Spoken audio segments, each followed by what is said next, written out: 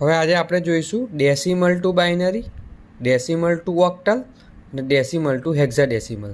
બરાબર છે. એમાં પહેલી મેથડ છે ડેસિમલ ટુ બાઇનરીમાં કન્વર્ઝેશન કરવાનું. તો એક રકમ આપી છે 19 ડેસિમલમાં, એનું બાઇનરીમાં શું થશે. હવે આ એવી મેથડ છે કે એમાં આપણે પહેલાંમાં બધામાં આપણે પહેલાં 1નું કરતા હતા, 9નું કરતા હતા, એવું નહીં થાય. આમાં ડિવિઝનવાળી વધારે મેથડ આવશે. બરાબર. એમાં 19 છે તો 19/2 આપણે ગુજરાતીમાં કહીએ તો 19/2. તો આમ તો શું થાય, 19/2 કરીએ તો પોઈન્ટમાં જવાબ આવે, પણ આપણે નિયર બાય લઈએ તો 9 દુ 18.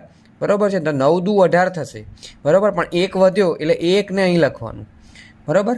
એ રીતે 9 છે તો 4 દુ 8, પાછો 1 વધ્યો એટલે એને અહીં લખવાનું. બરાબર છે. એટલે બીજું છે તો કે 2 દુ 4, 2 દુ 4 થયું, હવે કશું વધ્યું નથી તો એની જગ્યાએ શું લખવાનું, 0 લખવાનું.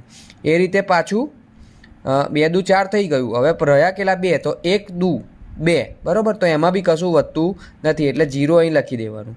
બરાબર. અને આ 1 છે તો 1ને સીધો પછી એ રીતે અહીંયા 1 લખી દેવાનું. બરાબર.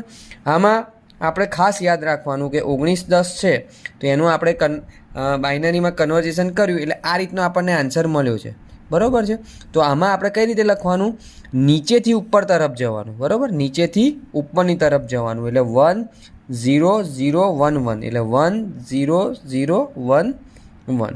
બરાબર છે. એ બાઇનરીમાં આપણે કન્વર્ઝેશન થઈ ગયું. આ સિમ્પલ. પણ જો તમને પોઈન્ટમાં આપ્યું હોય, ધારો કે આ રીતની એક બીજી રકમ છે કે 19.78125. બરાબર. તો આ પોઈન્ટ પછીનું જે શું છે એ અહીં લખી દેવાનું કે 0.78125 એને 2 વડે ગુણવાનું. એટલે 2 વડે ગુણશો એટલે તમારો જવાબ આવશે 1.5625. તો આ 1ને છે ને એ ઉઠાવી લેવાનું.